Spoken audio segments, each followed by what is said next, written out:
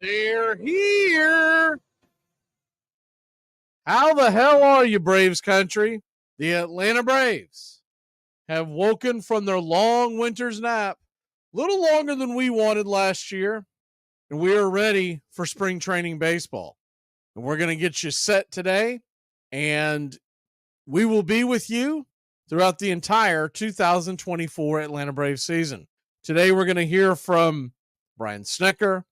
We're going to hear from Michael Harris on the addition of Chris Sale. We're going to hear from Chris Sale and got a couple other things in store here on Braves Country Today, your pregame show for Atlanta Braves baseball for 2024. You can find us right here on Braves Country Radio. Braves Country Today will come your way just before first pitch of your Atlanta Braves. Just hop on YouTube, best place to find us. We'll be hitting you live. Braves Country Tonight will be the postgame show, new for this year.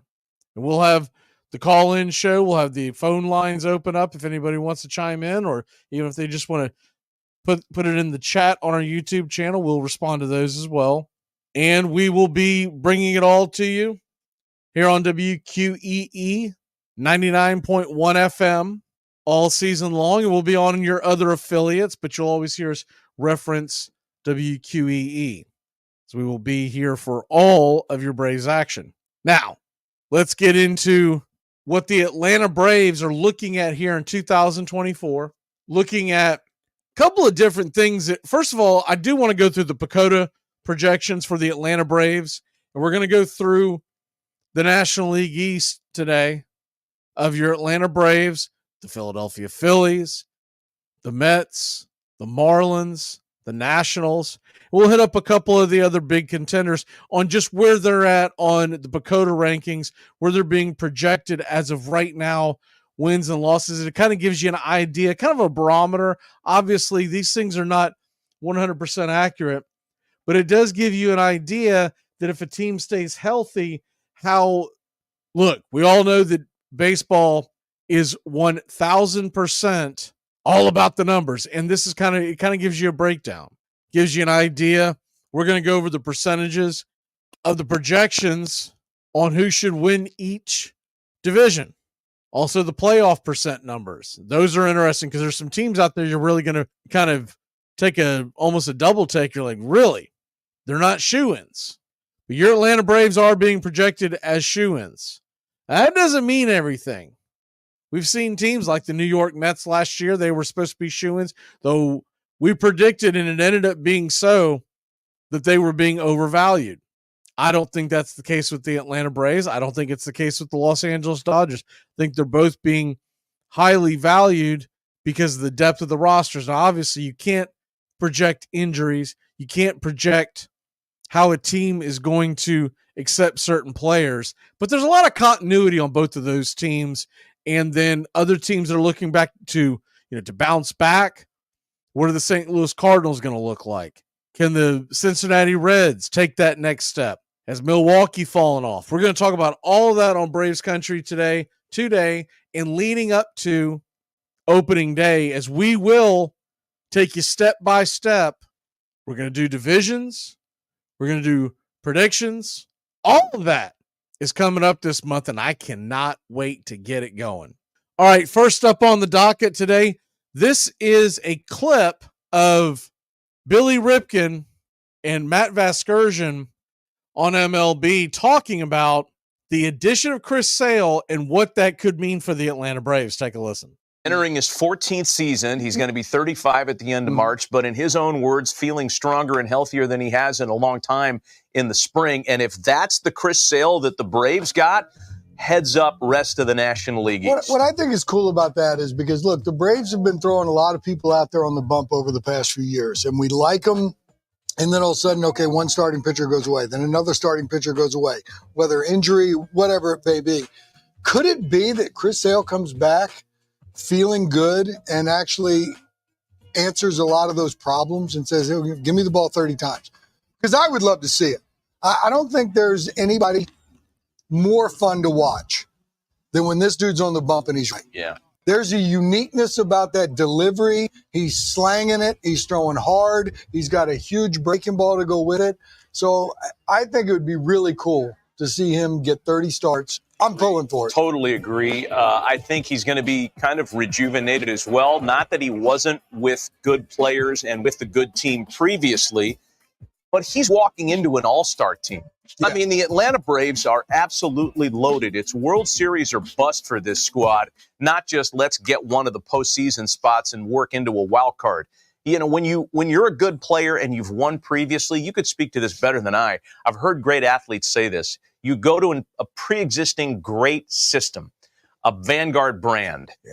And you find a different gear. And I think Chris Sale's going to be really good. It would be nice because, like I said, when he's right, I mean, he's as good to watch as any pitcher ever. He does it differently. So there you have those two talking about. Look, I look. Obviously, we have high hopes here in Braves country, and that would not shock anybody. Anybody who dips in here who may not even be a Braves fan, they will understand that we have high hopes. And rightfully so. This has been the best team in baseball for the last few years.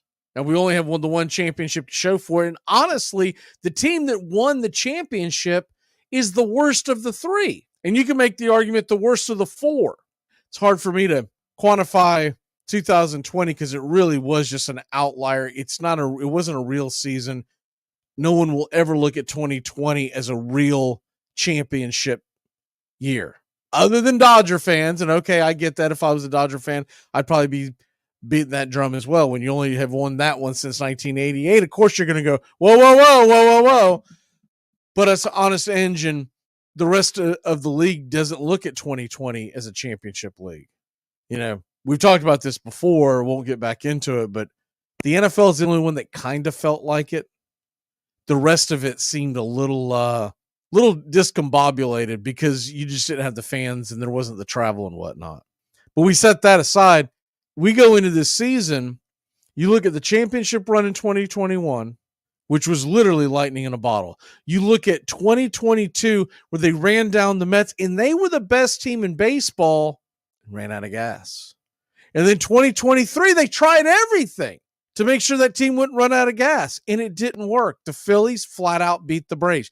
You cannot argue against that. The Phillies beat us. They outplayed us. They weren't the better team. Phillies know that. And they're going to take jabs, and they're going to be talking smack. But, hey, that's what rivalries are about, and that's why it's going to feel so damn good to knock them out the box this year. But you look at this team, I can tell you right now, not many teams, not just in Major League Baseball, not many teams in sports would trade what the Atlanta Braves have coming into 2024, no matter how you slice it. We've got the talent to win it all. But just like any other sport, you got to step up and you got to make those plays. You got to make sure when it counts, you're there. But before we get to any of that, and I do worry about us putting the cart before the horse, it is a real worry for me. Because anytime you go into a season, and look, I like the idea that Spencer Strider's saying World Series a bust. I get that. The World Series or bust thing doesn't bother me at all. As long as the focus is still on the regular season, and then when we get to the postseason, when we've punched our ticket, then we stay laser focused at that point. But you can be playing as well as you want to, leaving September, heading into October. But it's not going to do you any good if you didn't qualify for the playoffs to begin with. That's number one with the bullet. You've got to have your eyes on the prize. The eyes on the prize is win the division. And I know that a lot of folks are going to have this theory. You just get ready for it. Their theory is going to be we're better off not winning the division, playing in that first round and staying sharp. And I would agree with you if we were talking about a video game.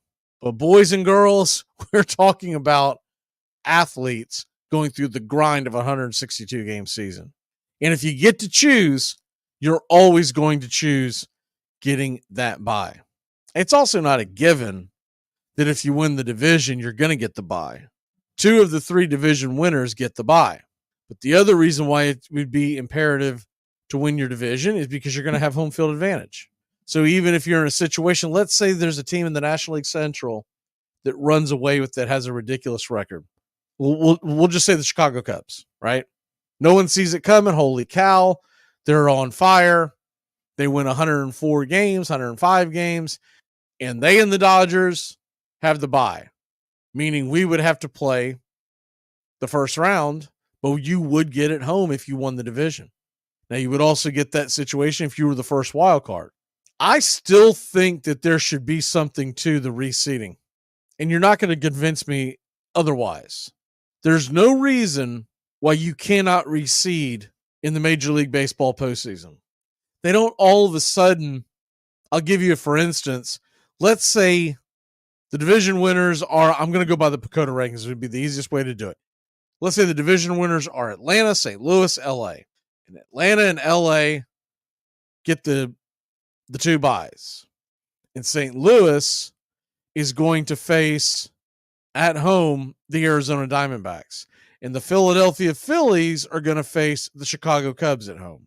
And that's how it plays out. The winners of those two series, they don't just jump to the next series. So in other words, if one series is swept and the other series is a 3-game series, they don't all of a sudden just start playing the games. They wait till the next round for it to begin. So there's no reason why, let's just say there's an upset, and let's say the Chicago Cubs upset the Philadelphia Phillies, but St. Louis beats Arizona. The team with the best record should get the team with the worst record, and it should happen in the American League as well. Perfect example was last year when the Braves, best record in baseball, had to face the Phillies, even though the Arizona Diamondbacks had upset Milwaukee. They need to change that. They need to fix that. And what you would have gotten is one of two things. You would either have gotten the Dodgers versus the Braves, because who knows how that series plays out, in a 7-game series for the NLCS, which would have been phenomenal. Or, and I do believe the Braves would have beaten Arizona. I don't know how in the world. I watched that series. I did some of that series.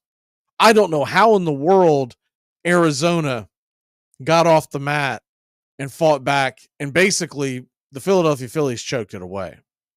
But I do believe the Braves would have taken out Arizona. And so then you would have either had Braves versus the Dodgers or Braves versus the Phillies in the NLCS. And that is a win-win for Major League Baseball, because the ratings would have been much better, because you would have had the best team in baseball, best record in baseball, going up against either the Dodgers or Phillies. Either way, it would have been phenomenal. Instead, what you got was the best series, the best matchup of the entire postseason probably was Braves-Phillies, and we only got a 5-game set. I'm not with that. And I'll be honest with you, I would like to see the NLDS go to 7 games. I'm fine with the first round staying at 3. I don't feel like you can let it just drag on, but you could go to 7 games with the NLDS, 7 games with the NLCS, and 7 games with the World Series.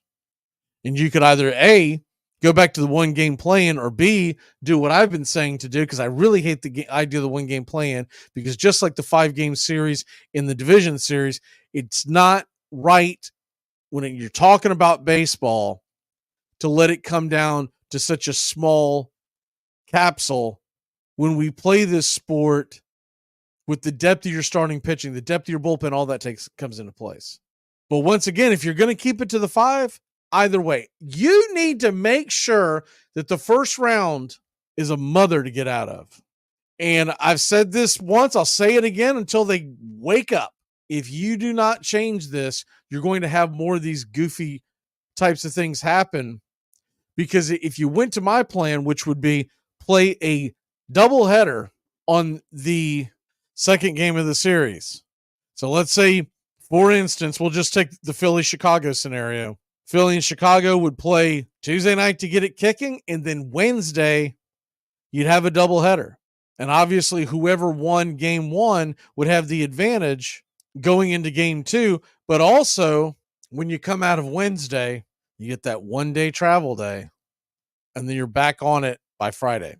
You could do the same thing in the other league.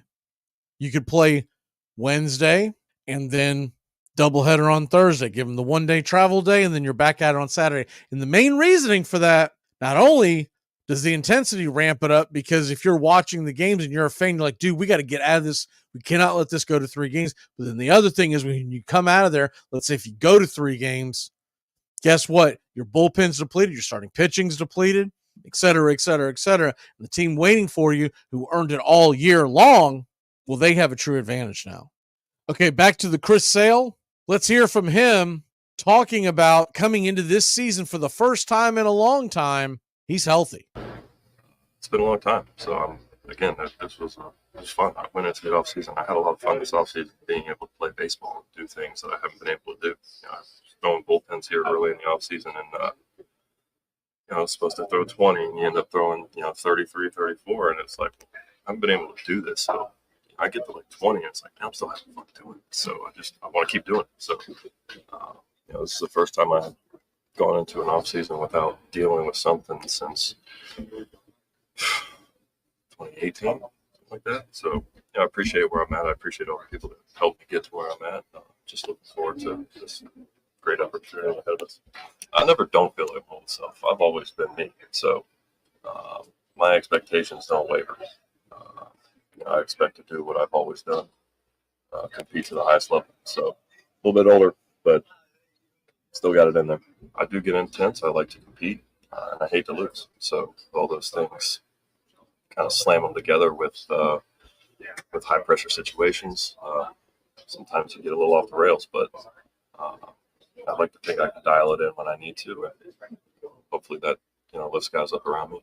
Look, I might be drinking the Kool-Aid, but I'm telling you right now, Chris Sale to the Atlanta Braves is going to be a much bigger deal when we look back on this in October, November of this year than what a lot of folks. Everyone wanted to break the internet when Shohei Ohtani went to the Dodgers. He cannot pitch until 2025. Everybody wanted to do backflips and go over the moon when Yamamoto went to the Dodgers as well. Prediction: the LA Dodgers, it is going to be a grind of a season because of the absolute chaos, the media circus that's going to be following the Dodgers around. And it's going to start on March 20th. Actually, it's going to start a few days before that because they're going to be getting over to Korea, getting ready for the opening series between San Diego and the Dodgers. By the way, if you are up and you're at them and you're at work or whatever, we are going to carry the game. Long story short, talked to a couple of folks, and they want to carry the game, and we're going to get it. We're going to do it. It's a 6:05 in the morning first pitch, but I'm used to getting up at that time nowadays, so really isn't that big a deal. And I said, yeah, we'll do it. Happen to be off from a couple of day gigs that day, so we're going to do it. And we've been expanding. If you've been paying attention to the Braves Country Radio YouTube channel, we have been expanding our upcoming broadcast schedule real quick. February 28th, 1:05 first pitch. That is Wednesday. Phillies, Braves. Let's get it. Pitch by pitch, play by play, your Atlanta Braves spring training.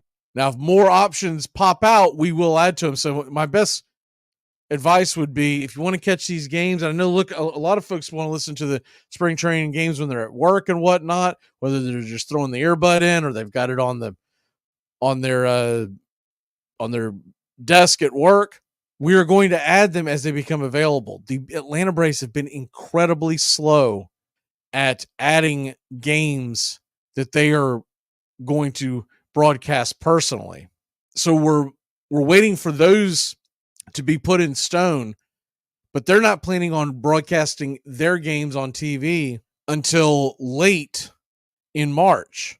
But what we are doing is we are grabbing games that are being broadcasted on other outlets, and we're going to bring them to you that way. So you'll still be able to see the games. If you want to hear the Braves call, come to us. Okay, so we're going to do February 28th, Wednesday, Phillies. A few days later, March 2nd, Saturday, Toronto Blue Jays, 1:05 first pitch.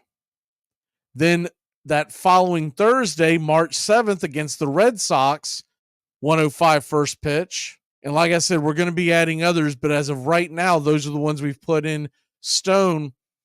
And then March 20th, 6:05 first pitch, opening series of Major League Baseball, Dodgers and Padres in Seoul, Korea.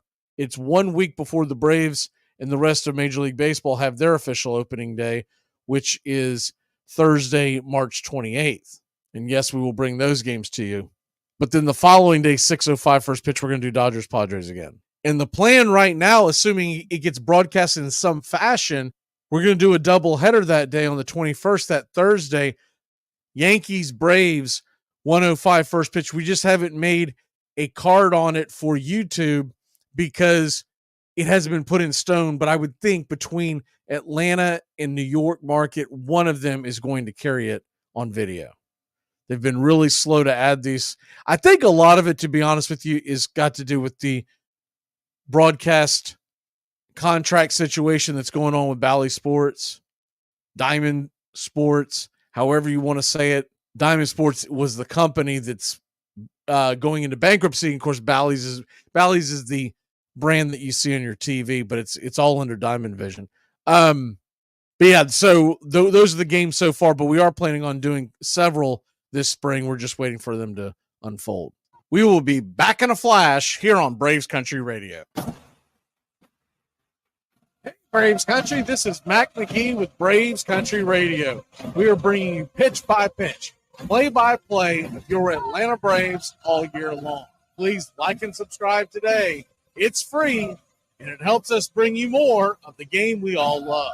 Braves Country Radio, your home for the classic call of Braves Country Baseball.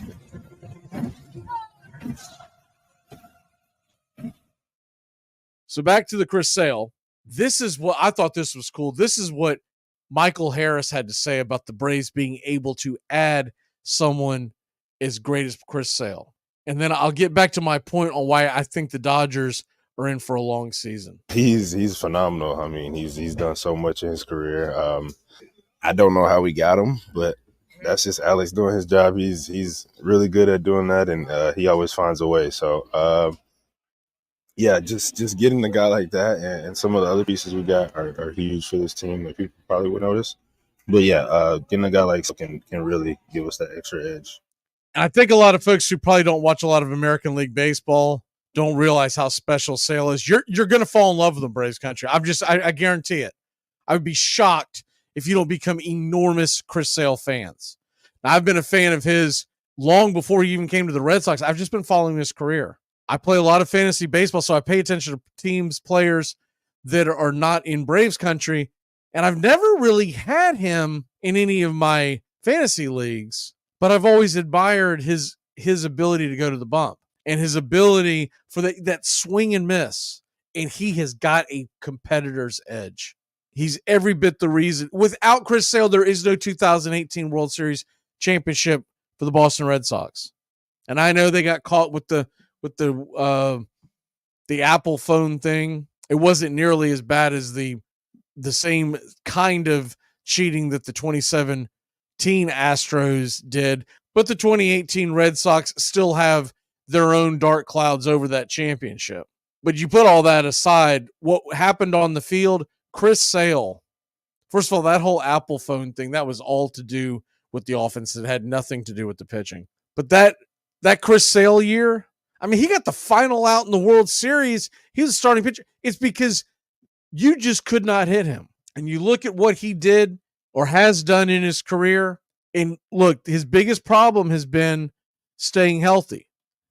But when he has been healthy, he has been damn near, well, we're not going to say unhittable, but nasty. Very difficult to deal with. Obviously, left-handed hitters are going to have an issue going against Sale. And you think about the possibility, if you get into October, if we have a healthy Chris Sale, we have a healthy Max Fried, that lines up really nice. If you go up against the Dodgers in the NLCS, there's a lot of left-handed sticks, Freddie Freeman, Shohei Ohtani. And then, of course, if they go up against the Phillies, Bryce Harper hits from the left side of the plate. And that can't be an accident that we go out. First of all, we went out and got left-handers galore with Aaron Bummer. We got Matzik coming back, and you had Chris Sale. You think it's an accident that we pinpointed a left-handed pitcher? I don't think it is. Very little that Alex Anthopoulos does is on accident. But you look at Chris Sale real quick and what he's done in his career. First of all, overall, he's 120-80 with a 3.1 ERA. He's had 1,780 innings pitched with 2,189 strikeouts. In his whip, this is one of the best things about it, his whip 1.04. Now, his numbers when he was younger obviously were better. but I've got some Red Sox buddies, and they watch quite a bit of his games. I'm actually going back and watching Chris Sale ball games that he pitched for the Red Sox last year because I want to get an idea of what was going on last year. And yeah, you can sit there and you can look at this and you can look at that, but honest engine, what jumps off the page is what did he actually do? And I've been impressed so far, but I'm still in the middle of watching those games. But you look at what he did last year. Yeah, it didn't blow you away. But remember, he was coming back from yet another injury. He did throw up 102 innings pitched. You like that. And he did also, in those 102 innings pitched, he carried a 11.0 strikeouts per nine. His career is 11.1 strikeouts per nine. Now realize something. As of right now, that is an all-time record in Major League Baseball. It's a good chance it doesn't stay there, because for it to stay there, he would have to continue to go just a tick above where he was at last year at 11. But hey, he's got the stuff, but you just figure as a guy ages, it may not equate. But if you go back to where he was pre-injury, 2019, 2018, 2017, that was really his wheelhouse of just greatness. Chris Sale, in those 3 years, averaged over 13 strikeouts per nine. I think what you got from him last year is more indicative of what you're going to get on the swing and miss at this stage in his career. But hell, I'll take 11 to 12, anywhere in that neighborhood, anything north of 11 the next few years. Strikeouts per nine, are you kidding me? Let's go. Sign me up right now. Prior to the 2020 season where he missed because of Tommy John surgery, he had that Tommy John. I had to go back and look it up to make sure, but he had the Tommy John. It was announced in early March. So this is right during the pandemic, beginning of the pandemic. So he missed all of 2020, and then he missed a good portion of 2021. 2021, he came back and he had 42 innings pitched. But that's where you've seen it fall off since the Tommy John surgery. He's averaged 11, 7.9 in 2022, but realize he only pitched 5 innings. The reason I pitched 5 innings, he's had some goofy injuries, falling off a bicycle. Just goofy injuries. So 2023, really a season where he battled a little bit of injury, but he did give you 102 innings pitched. He ends that season once again with 11.0 strikeouts per nine, just below his career average of 11.1, and the 4.3 ERA. Those don't blow you away. But his ERA plus was 106, meaning he's a little bit above average. Most of the numbers point to the fact, including his 1.13 whip, most of the numbers point to the fact that, because you got to realize something, and I've said the same thing about Aaron Bummer coming over from the White Sox. Both of these left-handers are coming from two of the worst defensive baseball teams in Major League Baseball in 2023. So when you talk about the whip, which is the walks plus hits divided by innings pitched, you talk about the ERA, there's an expectation that it will drop, that if he went out there and pitched the same number that he pitched last year, this year, same number of pitches, innings, etc., that his ERA and his whip would actually be lower because the Braves defense is much better. We all know Braves always have one of the top defenses in all of baseball. I don't think that's going to change. Nothing has really changed. So adding Jared Kelenic at left field, and from all things that have pointed, Kelenic is a much better defensive option than obviously Eddie Rosario was. So we look forward to seeing what Chris Sale can do. What about Ronald Acuna Jr. and getting him an extension? So Ronald Acuna Jr., he was asked about being a lifetime Brave, getting an extension, but just realize something. He did not bring this up. This is they let just about anybody in the clubhouse nowadays. So this is someone down there at spring training. I don't know who asked it because they didn't identify themselves during the video, but the point is, this could be anybody trying to get clicks. You have people that get into the locker room. Remember the whole situation with Arcia and the Phillies and all of that then unfolded? Well, that had to do with the fact that they just let anybody in the locker room nowadays. So he's answering the question. Basically, he's just getting to the point of them asking him about being a lifetime Brave. Also remember, Ronald Acuna Jr.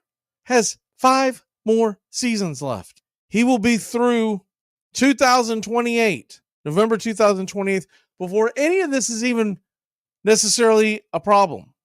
Now, I think the Braves would like to get him extended, don't get me wrong, but you got 5 years left on a very club-friendly deal. So there could be a couple of ways you look at it. We'll talk about that in a second, but 5 years left. It's a long time to figure things out.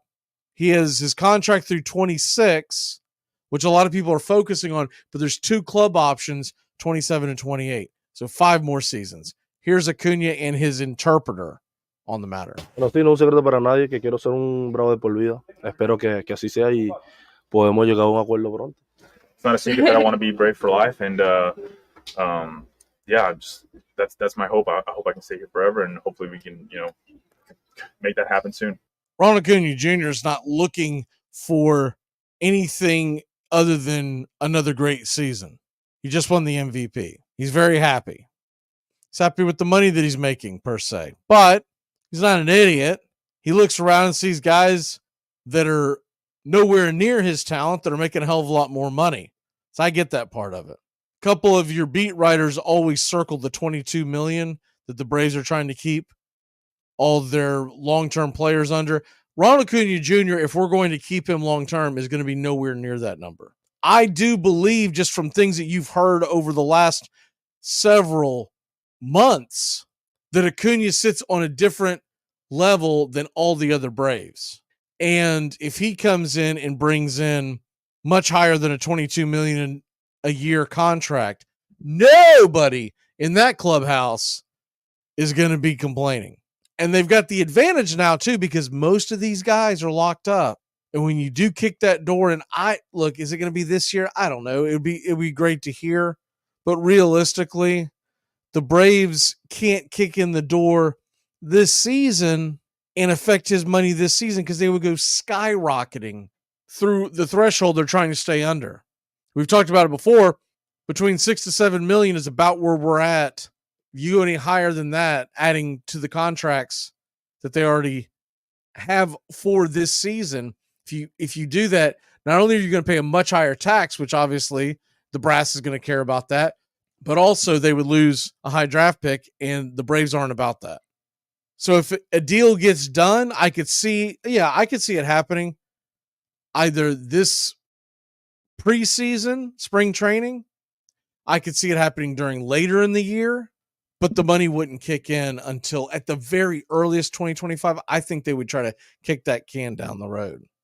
I think what they would try to do is do a deal where he's got the next 5 years at the rate that he's at, or somewhere in that neighborhood, and then the money would get much higher as it went on, because once again, we've talked about this, in a few years, maybe sooner than later, the Braves are going to get out from under that terrible television contract, be able to renegotiate, and then at that point, a lot more money's coming in. And I'm telling you, people look at us as some just above mid-market team, not quite large market. We get out from under that, we are going to be up there with the big boys, because it's not just the size of Atlanta, which is a very large metro area, but everybody knows whoever ponies up to carry the Atlanta Braves on a season-by-season, game after game after game, they are going to back the truck up, and rightfully so, because they know that Braves Country is nationwide. It's worldwide.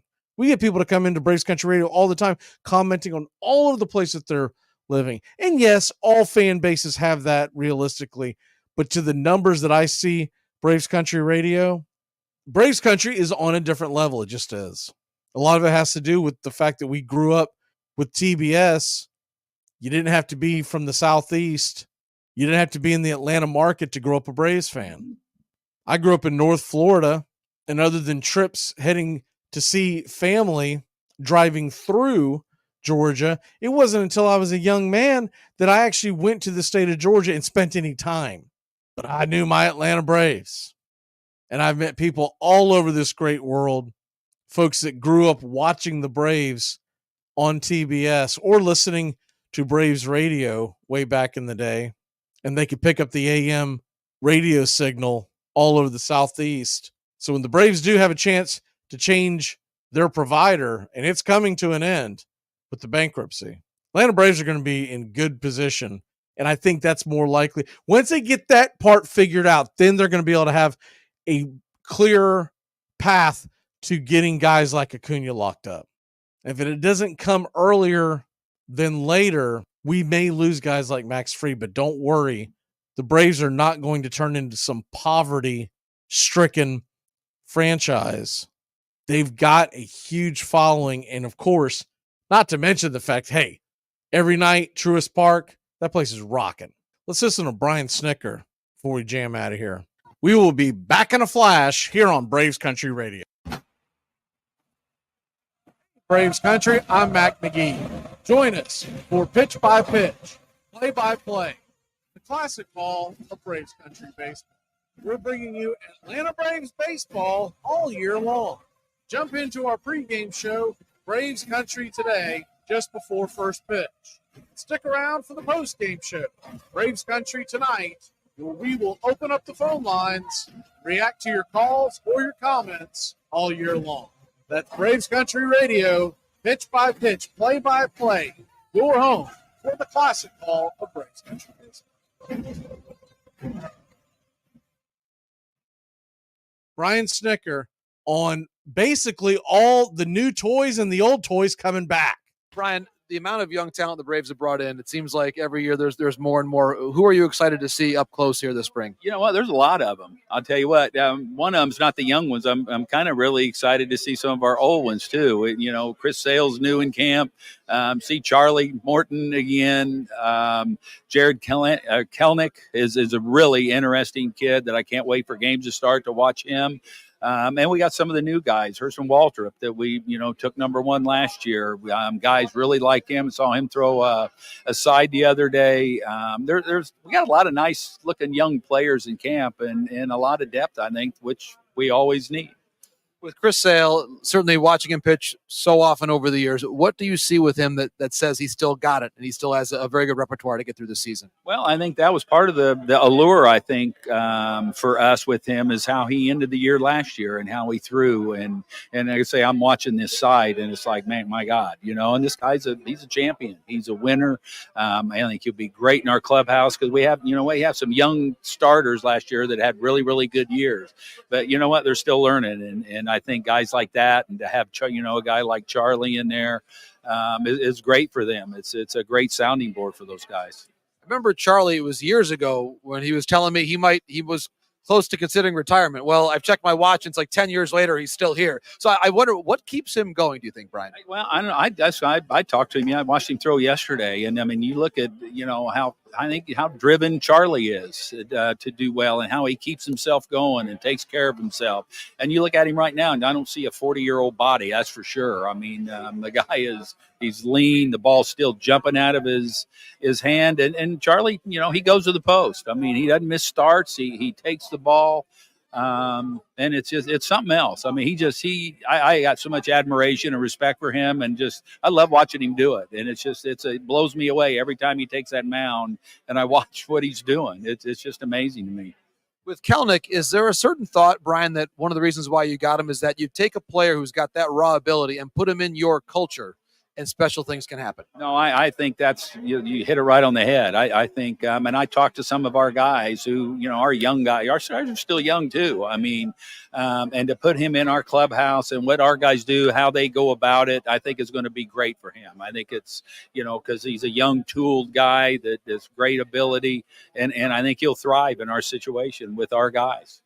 Ronald Acuna Jr., history-making season for him in 23. So what's next for him in 24? Yeah, you know what? I mean, the kind of year that he had, he might be the only guy I know that could go out and top what he did last year. I mean, and I know just seeing him at FanFest a few weeks ago, how excited he is. And there's another driven young man that just wants to continue to get better and has a lot of fun playing, which I always say, if I had that kind of ability, I'd have fun playing too, So I'm excited to get him back in camp because I know he's been working out. He's in great shape and raring to go.